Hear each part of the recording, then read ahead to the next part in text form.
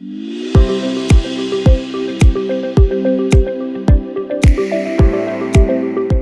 ုတ်ကဲ့မင်္ဂလာပါခင်ဗျာ National Education Group ကကြိုးဆိုပါရခင်ဗျာအခုရှုစားရမှာကတော့ T-shirt Top Program လေးပဲဖြစ်ပါတယ်ခင်ဗျာဒီ season မှာဆိုရင်တော့ကျောင်းဆရာမတူဖြစ်ဖို့အတွက်ဒါကျွန်တော်တို့ရင်ဆိုင်ခဲ့ရတဲ့အခက်အခဲတွေနဲ့ကြော်လွှားခဲ့ရတဲ့စိန်ခေါ်မှုတွေပြီးတော့ကျောင်းဆရာဆရာမဘွားကိုခံယူတဲ့အခါမှာကျွန်တော်တို့ဒါပညာရေးပေါ့နော်ကိုယ်ပိုင်ပညာရေးမျှော်မှန်းချက်တွေကဘာတွေရှိနေလဲဆိုတော့National Education Group ကဆရာဆရာမတွေရဲ့ဘဝတွေကိုအနိကမြင်တွေ့ရမှာဖြစ်ပါတယ်ခင်ဗျာကျွန်တော်တို့ဒီကနေ့ဖိတ်ခေါ်ထားတဲ့သူကတော့NIEC တူမနာကကျောင်းတူဖြစ်တဲ့ Teacher Normie ဖော်ပဲဖြစ်ပါတယ်ခင်ဗျာဒီချက်မင်္ဂလာပါခင်ဗျမင်္ဂလာပါဟုတ်ကဲ့ပါချက်ဆိုတော့ပထမဆုံးသိချင်တာတော့ချက်နေနေပေါ့ဒီကျောင်းဆီယာမဘွားကိုကျွန်တော်တို့စရွေးချယ်လိုက်တဲ့အကြောင်းတရားလေးပေါ့အဲ့ဒါလေးသိပြလိုက်ခင်ဗျကျောင်းဆီယာမဖြစ်ဖို့ရွေးချယ်ရတဲ့အကြောင်းရင်းကတော့ဒီချက်ငငယ်လေးတွေကဟောနော်ဝါသနာအကြောင်းဆီယာမလုပ်ဖို့ကျောင်းမှာဆီယာမတွေစာသင်နေတဲ့အချိန်မှာဆိုဒီချက်ကအရန်ကိုဆီယာမတွေအားကြရတယ်လေအဲ့တော့အိမ်မှာလည်းဆော့တဲ့အချိန်မှာဆိုရင်ကလေးတွေကိုစာသင်တဲ့ပုံစံမျိုးနဲ့ပေါ့နော်အယုတ်ကလေးတွေကကလေးတွေပေါ့အဲ့လိုစာသင်တဲ့ပုံစံလေးစော့လေးရှိတယ်အဲ့တော့အဲ့တွေကတော့ဒီစာသင်ကြားမှုစိတ်ဝင်စားခဲ့တာပေါ့နော်ဟုတ်ကဲ့ပါချင်းအဲ့တော့ဒါကလေးဘဝပေါ့ချင်းအဲ့တော့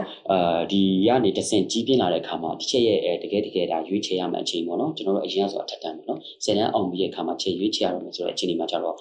မိဘတွေရောသူတို့ဖြစ်ချင်တဲ့စိတ်ဆန္ဒတွေရှိတယ်တခြားမိဘတွေရောဗာဖြစ်စေချင်မိဘတွေကတော့ဒီချက်ကိုတွန်းအားပေးတာမျိုးတော့မရှိပါဘူးဒီချက်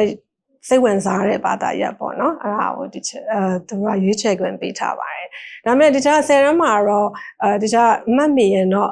ဆရာဝန်ဖြစ်ချင်တာပေါ့နော်ဒါပေမဲ့ဒီချက်ရဲ့အမှတ်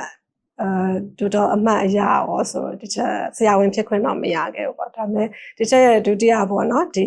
မှန်ချက်ဖြစ်တဲ့ဆရာမတော့ဖြစ်ခွင့်ရခဲ့တာပေါ့နော်ဟုတ်ကဲ့ပါချင်းအဲ့တော့ဒီချက်တကယ်ငငယ်တွေကလည်းဖြစ်ချင်တဲ့ဒီဆီယာမဘဝကိုစဖြစ်ဖို့အတွက်ပေါ့နော်ကျွန်တော်တို့ဒါ10တန်းအောင်ပြီးတော့မှတက္ကသိုလ်စတက်ပြီပေါ့ချင်းအဲ့မှာချက်စပြီးကြုံတွေ့ရတဲ့အခက်အခဲလေးတွေဘာတွေဖြစ်တက္ကသိုလ်မှာတော့ဒီချက်ကEnglish ကို specialize လုပ်တယ်လေအခက်အခဲတော့မရှိပါဘူးဒီချက်ကဒီပုံမှန်ပဲတက္ကသိုလ်မှာ assignment တွေလုပ်တယ်စာမေးပွဲတွေဖြေရင်းနဲ့တော့ first degree ကိုတော့ရသွားတာပေါ့နော်အရင်တော့အခက်အခဲမရှိဘူးဟုတ်ကဲ့ဟုတ်ကဲ့အဲ့တော့ချက်တက္ကသိုလ်ကနေတဆင့်ပေါ့ချက်တကယ်ဖြစ်ချင်တဲ့ဆရာဆရာမစတင်ဖြစ်ပြီပေါ့နော်ချက်ဖြစ်တဲ့အခါမှာချက်ကလေးတွေနဲ့စပြီးကိုကထိတွေ့ရပြီပေါ့အဲ့ဒီအချိန်မှာချက်ထင်ထားသလိုမျိုးရောလွယ်ကူခဲ့လားဒါမှမဟုတ်ဒီချက်ရဲ့ဘဝမှာပထမဆုံးစတင်ရတဲ့အတွေ့အကြုံလေးပေါ့ဟုတ်ကဲ့ဒီချက်က10တန်းပြီးတဲ့အခါကျတော့ဒီချက် guide အနေနဲ့ပေါ့နော်ဒီချက်ကလေးတွေကိုတော့စာသင်ပြပါတယ်ဒီ English တို့ Math တို့ပေါ့နော်အဓိကတော့ English ပေါ့အဲ့ဒါကို guide လေးလုပ်ပြီးဆိုတော့တိတ်တော့ teacher နဲ့ teaching ကတိတ်မစိမ်းဘူးပေါ့နော်အဲ့တော့တကယ်လုပ်ငန်းခွင်ဝင်တဲ့အခါကျတော့လေခက်ခဲဆိုတာတော့ပထမဆုံးဝင်တော့နည်းနည်းပါတော့ရှိတာပေါ့နော်ကလေးတွေကိုနားလည်အောင်ဘယ်လိုသင်ပြပေးရမလဲဘယ်လို techniques တွေသုံးရမလဲနည်းလမ်းလေးတွေပေါ့အဲ့ဒါလေးတွေကိုတော့ teacher တို့ကလေ့လာရတာပေါ့နော်စာအုပ်တွေဖတ်ရတယ်ဒါတော့ကျအခက်ခဲလို့တော့တိတ်မယူဆအောင်ပေါ့နော်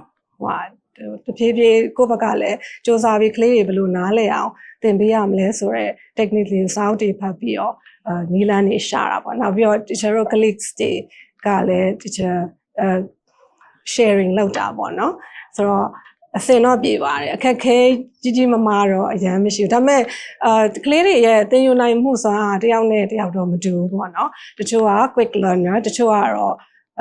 နောက်တစ်ချိန်ထပ်ရှင်းပြရမယ့်ကလေးမျိုးလေးတော့ရှိတာပေါ့နော်အဲ့ဒါမျိုးလေးကတော့အချိန်ယူပြီးတော့ဘယ်လို teaching techniques လေးတွေသုံးပြီးတော့ရှင်းပြပေးရမလဲဆိုတာတော့ teacher တို့ကနည်းလမ်းရှာရတာပေါ့ဒီခက်ခဲလေးပဲရှိပါတယ်ဟုတ်ကဲ့ပါချင်းအဲ့တော့ချက်ရဲ့ဘဝမှာပညာရေးသင်ကြားတဲ့အပိုင်းမှာပေါ့ချင်းဆိုတော့အမှတ်တရရှိလို့ရှိရင်ပြောပြပြီးအမှကျောင်းသားနဲ့ပဲဖြစ်ဖြစ်ဒါဆရာမချင်းပဲဖြစ်ဖြစ်ပေါ့ချင်းဟုတ်ဒီချက်အမှတ်တရတော့ပေါ့နော်ဒီချက်ကဒီကိုသင်ကြားပေးလိုက်တဲ့ကလေးတွေကသူတို့ဘဝမှာ success တွေတိုးတက်မှုတွေရလာတဲ့အခါကိုမြင်ရတဲ့အခါကျရင်အဲ့ဒါကို PT ဖြစ်တယ်ပေါ့နော်ဒါလေးပဲချက်ပြောလို့ရတယ်ဘာလို့သူတို့ရဲ့အောင်မြင်မှုအတွက်ကိုကတစိမ့်တတိတာပါဝင်ပြီးတော့ပံ့ပိုးပေးနိုင်တာပေါ့နော်အဲ့ဒါလေးအဲ့လိုတွေ့ကြုံမျိုးလေးတော့ရှိတယ်ဟုတ်ကဲ့ချစ်တရား PT ဖြစ်တာပါနော်ဟုတ်ကဲ့ပါချာအဲ့တော့ချက်ဒီကျွန်တော်တို့ NIEC နဲ့စပြီး join တဲ့ခါမှာချက်ဘယ်ချိန်လောက်မှစ join ဖြစ်လဲအဲ့စ join တဲ့ခါမှာချက်ပြဘယ်လို စိတ်ခံစားချက် NIEC ကို join တာတော့ teacher လွန်ခဲ့တဲ့2010တွေကတော့ join နေပေါ့နော်teacher ကအဲ့မှာ3နှစ်နီးပါး join နေနောက်ပြီးတော့ဒီကျောင်းရဲ့လိုအပ်ချက်အရတခြား branch တွေကို transfer ပြန်လုပ်ရတယ်နောက် part time အနေနဲ့ပြန် join နေ teacher အနေနဲ့ပေါ့ပထမဆုံး2010မှာတော့ teacher pre နဲ့ primary ကိုတာဝန်ယူသင်ကြားခဲ့တာပေါ့ဒုတိယတစ်ခေါက်2014လောက်မှာteacher ဒီ secondary တွေကိုသင်ရတယ်ပေါ့နော်ဟောကျောင်းသားမျိုးနဲ့တော့တွေ့ရတာပေါ့နော်ကျောင်းသား level ပေါင်းစုံကိုတော့ရှင်းသင်ကြားမှုပါတယ်so နောက်တော့ဒီ NIEC သူဝနာကတော့ကျ3နှစ်ရှိပြီပေါ့ as vice principal ပေါ့နော်ပထမစဝင်တော့ teacher အနေနဲ့ပေါ့ဟုတ်ကဲ့ဟုတ်ဒါဆိုဒါချစ်ရဲ့ဒီမှာမြုပ်နှံထားတဲ့နှစ်ပေါင်း15နှစ်လောက်ရှိပြီလို့ကျွန်တော်ဟုတ်ကဲ့2025ဆိုတော့ဟုတ်ကဲ့ရှင်ဆိုတော့ဒီ15နှစ်တာမှာချစ်ပြန်လှည့်ကြည့်တဲ့အခါမှာ NIEC မှာကျွန်တော်တို့ဒီချစ်တယောက်အနေနဲ့ပေါ့နော်ကျွန်တော်တို့ဖြတ်တန်းတဲ့အခါမှာချစ်အနေနဲ့ကိုယ့်ကိုဟိုပြန်လှည့်ကြည့်မယ်ဆိုရင်ချစ်အနေနဲ့ဘာတွေပြောစရာရှိလဲဟုတ်teacher ဒီ pre ကိုသင်တယ် pre နဲ့ primary ကိုသင်တယ်စာသင်တဲ့အချိန်မှာလည်းကလေးတွေကိုအစွမ်းကုန်ခြင်းပံ့ပိုးပေးတယ်နောက်ပိုင်းတော့ကလေးတွေကိုတော့မတွေ့တော့ဘူးเนาะဒါပေမဲ့သူတို့ကြီးလာတဲ့ကလေးတွေနောက် pre ကနေprimary 5 6အဲ့လိုရောက်သွားတယ်အဲ့ဒီထိတော့ကျွန်တော်တို့ပြန်တွေ့သေးတယ်ပေါ့ဒါလည်းသူတို့ကလည်းဆက်လက်သင်ယူနေရပေါ့နောက် secondary ကလေးတွေဆိုရင်လည်းကျွန်တော်တို့ဒီ secondary 2 1 2 ကလေးတွေသင်ကြရပေါ့နောက်သူတို့ဒီ IG CSC ဖြည့်တဲ့အချိန်မှာသူတို့ A star များစွာနဲ့အောင်မြင်ခဲ့တာတော့ teacher ကြားသိရတာပေါ့နော်အဲ့ဒီအတွက်တော့ teacher လည်းသူတို့တစိမ့်တစ်ပိုင်းတော့ပံ့ပိုးခဲ့ရတယ်ပေါ့နော်အဲ့ဒီအတွက်ဂုဏ်ယူမိတယ်ပေါ့ဒီ NIEC ကျောင်းသားတွေကိုဟုတ်ကဲ့အခုဆိုကျွန်တော်ဒီ NIEC ကနေပြီးတော့မှဒီကျောင်းကထွက်သွားတဲ့ကလေးတွေပေါ့နော်တကယ်ကဘာအရရက်မှာတကယ်တစ်တန်တက်သူတွေမှာခြုံတက်နေတဲ့ကလေးတွေရှိပါတယ်ဆိုတော့ဒါမျိုးတွေမြင်လို့ရှိရင်ချယ်တို့ရဲ့ PT ကဘယ်လိုတွေဖြစ်နေလဲဟုတ် PT ဖြစ်ရတာပေါ့နော်ဒီကိုကျောင်းကနေအောင်မြင်သွားတဲ့ကလေးလေးတွေပေါ့နော်ကဘာရရမှာရောက်ရှိနေတယ်ဆိုတော့သူတို့ရဲ့စူးစမ်းမှုလည်းပါတာပေါ့နော်နောက်ဒီချယ်တို့ကလည်းဒီစိတ်ဒေတာပံ့ပိုးပေးနိုင်ခဲ့တာပေါ့အဲ့ဒါအတွက်အများကြီးဂုဏ်ယူမြောက်ပါတယ်ဟောနောက်ထပ်လည်းကလေးတွေဒီလိုမျိုးကလေးလေးတွေထွက်ပေါ်လာအောင်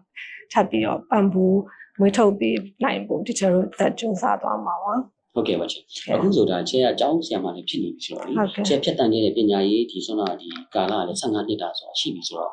ကျွန်တော်တို့ကအခုလက်ရှိကျွန်တော်ဒါဟို assistant ပဲဖြစ်ဖြစ် main တွေပဲဖြစ်ဖြစ်ပေါ့နော်သူတို့လည်းဒါဖြတ်တန်းနေတဲ့ကာလတူပေါ့အဲ့တော့ချဲဖြတ်တန်းနေတဲ့ကာလနဲ့ရှင်ပြီးတော့ဆိုရင်သူတို့ဒီနောက်ချဲရဲ့အောက်ကပေါ့နော်ဆရာမတို့ချဲလမ်းညွန်တဲ့စကားပါများပြောချင်တယ်ဟုတ်သူတို့ကတော့ဆရာမကောင်းတယောက်ဖြစ်ဖို့ပေါ့နော်ဒီကျတို့က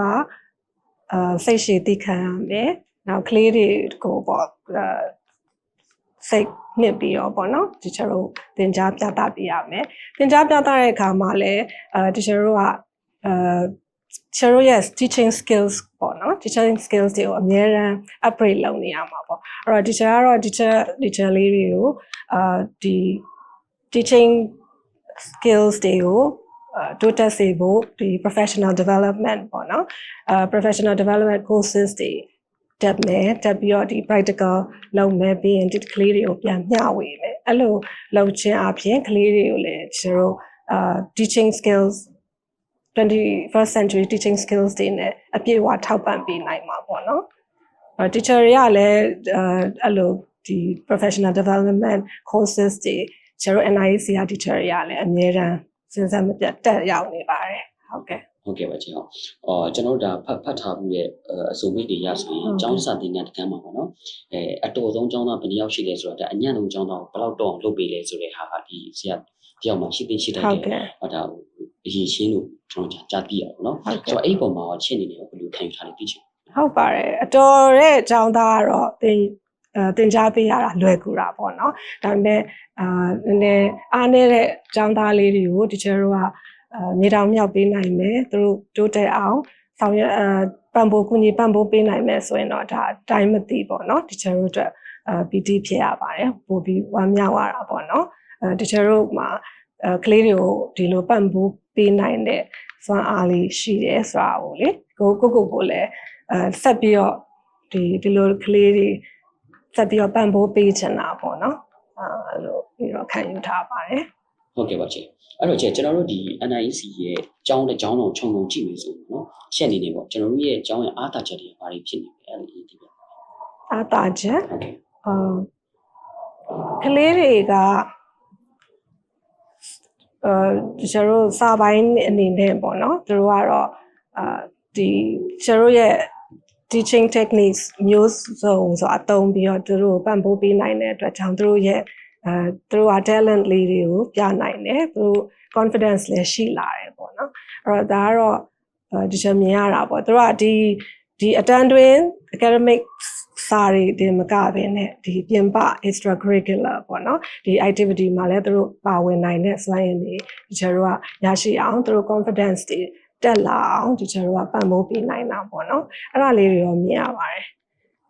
ဟုတ်ကဲ့ပါချေအဲ့တော့ချေအနေနဲ့ပေါ့ကျွန်တော်တို့ဒီအခုချေရောက်နေတဲ့နေရာလေးပေါ့ပြန်ကြည့်မယ်ဆိုရင်ချေကိုလုံးနေတဲ့လုပ်ငန်းဆောင်တာတွေပေါ့ကျင်းတဲ့အားရမှုရှိတာဥပမာထပ်ပြီးတော့ဒီတက်ထပ်ပြီးတော့ကိုရော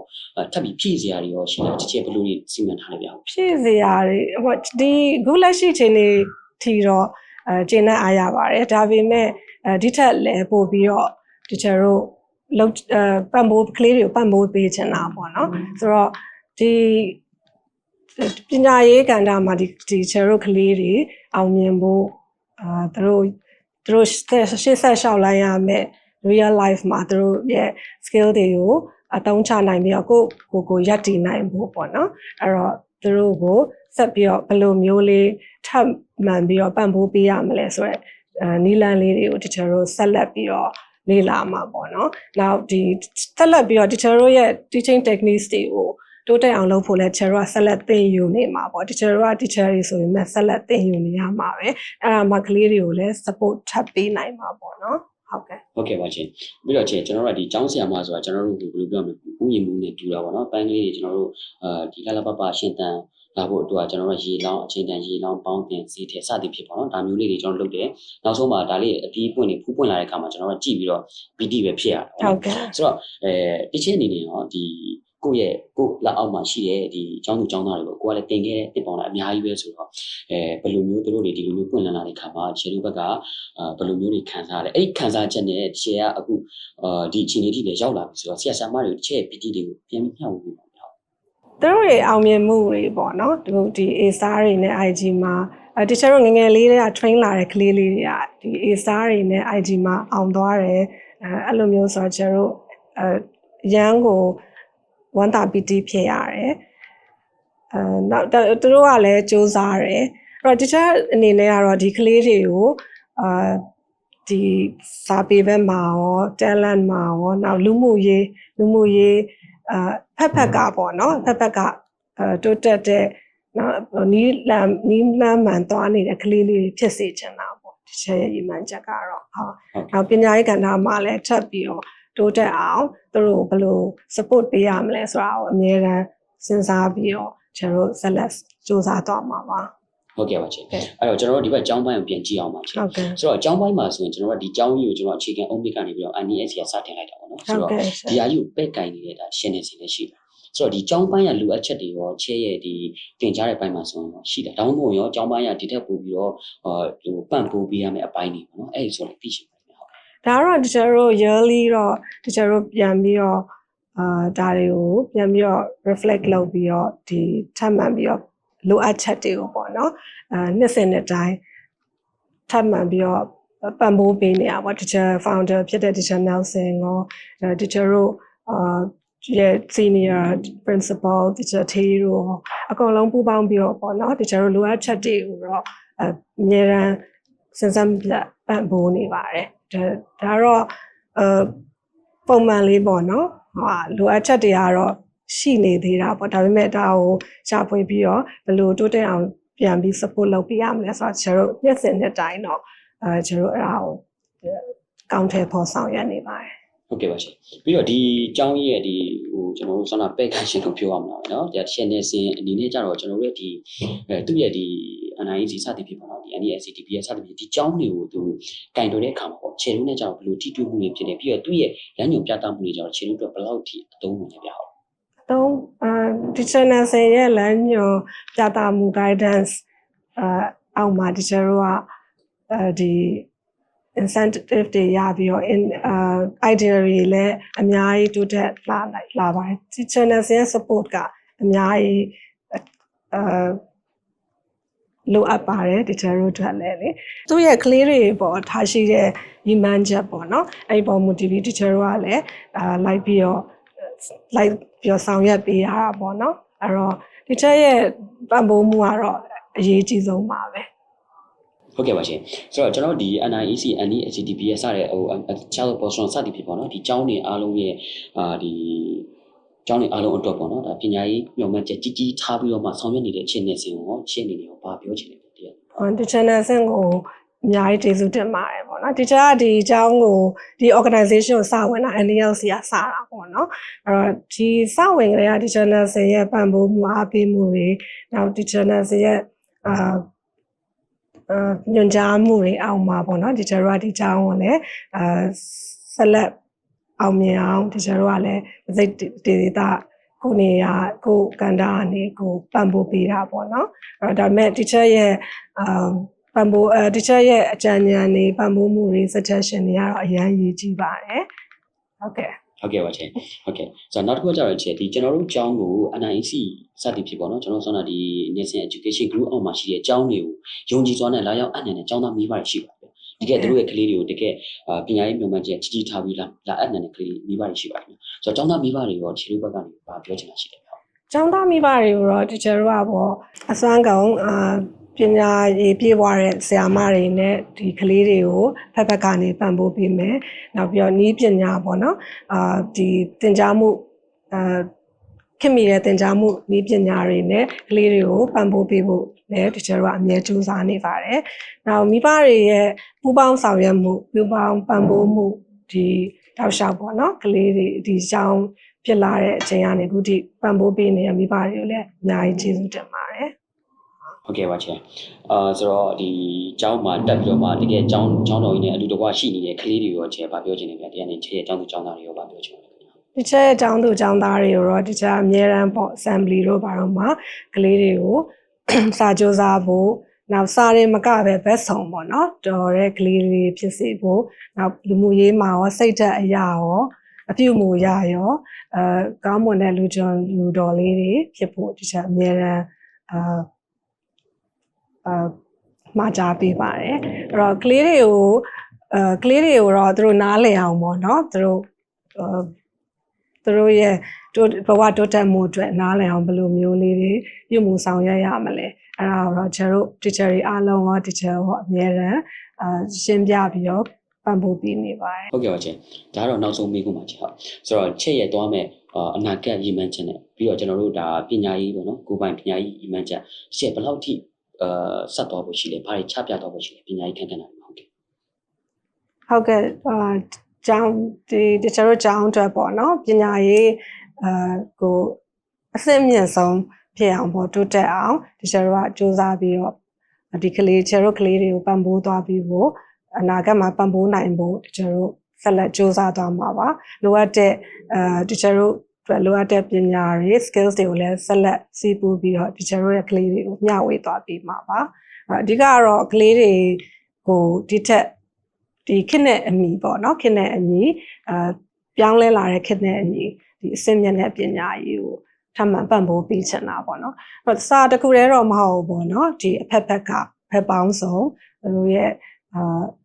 skill ပေါင်းစုံပေါ့နော် talent သူတို့ရဲ့ skill တွေကိုထုတ်ပြပေးနိုင်မယ် talent တွေကိုထုတ်ဖော်ပြပေးနိုင်မယ် activity လေးတွေကိုလည်းတချို့ဆက်လက်ပံ့ပိုးပေးသွားဖို့အစီအစဉ်ရှိပါတယ်ဟုတ်ကဲ့ပါချင်းအဲ့တော့ကျွန်တော်တို့ဒီ show မှာချဲပြောစရာကြံသေးရင်လည်းတစ်ချက်ရဲ့ဘဝကြောင့်လည်းပတ်သက်ပြီးတော့ဖြည့်စွက်ပြောလို့အောင်ဟုတ်ဒီချက်ပြောချင်တာကတော့ဒီကလေးတွေရဲ့ပညာရေးတိုးတက်မှုဖက်ကနေတိုးတက်မှုအတွက်တချို့ကရှေ့လျှောက်ဆက်လက်ပံ့ပိုးပေးသွားမှာပါနည်းပညာမျိုးစုံနဲ့ပေါ့နော်ခေတ်နဲ့အမီနည်းပညာတွေကိုလေ့လာပြီးတော့ကျတို့ကလေးတွေကိုပံ့ပိုးပေးသွားမှာပါမိဘတွေရဲ့ support ကလည်းလိုတာပေါ့နော်ကျတို့နဲ့ပူးပေါင်းပြီးတော့ ကလေးရဲ့တိုးတက်မှုတွေမိဘဆရာနှစ်ဦးနှစ်ဖက်ပူးပေါင်းပြီးတော့ကျွန်တော်ဆက်လက်ပံ့ပိုးပေးသွားမှာပါဟုတ်ကဲ့ပါချင်းအဲ့တော့အခုလိုမျိုးပေါ့နော်ချင်းစာတင်တဲ့အချိန်မအားမလက်တဲ့ခြားထဲမှာကျွန်တော်တို့ရဲ့ဒီ NIC ဆိုရုံးကောင်လာပြီးတော့မှဒီချက်ရဲ့ဘဝအကြောင်းတွေပြီးတော့ပညာရေးမျှော်မှန်းချက်တွေကိုဒါရောက်ဖြည့်ချပြီးတော့ကျွန်တော်ကကျေးဇူးထူးပဲတင်ရှိပါတယ်ဟုတ်ကဲ့ကျေးဇူးတင်ပါတယ်ဟုတ်ကဲ့ဟုတ်ကဲ့ပါဒါတော့ကျွန်တော်တို့ဒါ National Education Group ကနေပြီးတော့မှတင်ဆက်ပေးလိုက်တဲ့ Teacher Talk အစီအစဉ်ပဲဖြစ်ပါခင်ဗျာဒီစီဇန်မှာဆိုရင်တော့ကျောင်းဆရာဆရာမတွေရဲ့ဒီကျောင်းဆရာတယောက်ဖြစ်ဖို့အတွက်ပေါ့နော်ဒါရင်ဆိုင်ကြုံတွေ့ရတဲ့အခက်အခဲတွေကြော်လွှားခဲ့ရတဲ့စိန်ခေါ်မှုတွေနဲ့ပြီးတော့ဒါသူတို့ရဲ့ကိုယ်ပိုင်ပညာရေးညွှန်မှန်းချက်တွေကဘာတွေရှိနေလဲဆိုတော့ဘဝစက်ကြောင်းတွေကိုအနိကမြင်တွေ့ခဲ့ရဖြစ်ပါခင်ဗျဒီတစ်ပတ်မှာဆိုတော့ကျွန်တော်တို့ကဒါ NIC ရဲ့ studio ရုံးခန်းတွေကိုခေါ်ပြီးတော့မှတွေ့ဆုံဆွေးနွေးပေးခဲ့တာကတော့ NIC တူဝနာကကျောင်းဖြစ်တဲ့ Teacher Nomi ဖို့ပဲဖြစ်ပါခင်ဗျကျွန်တော်နေမိခါပါ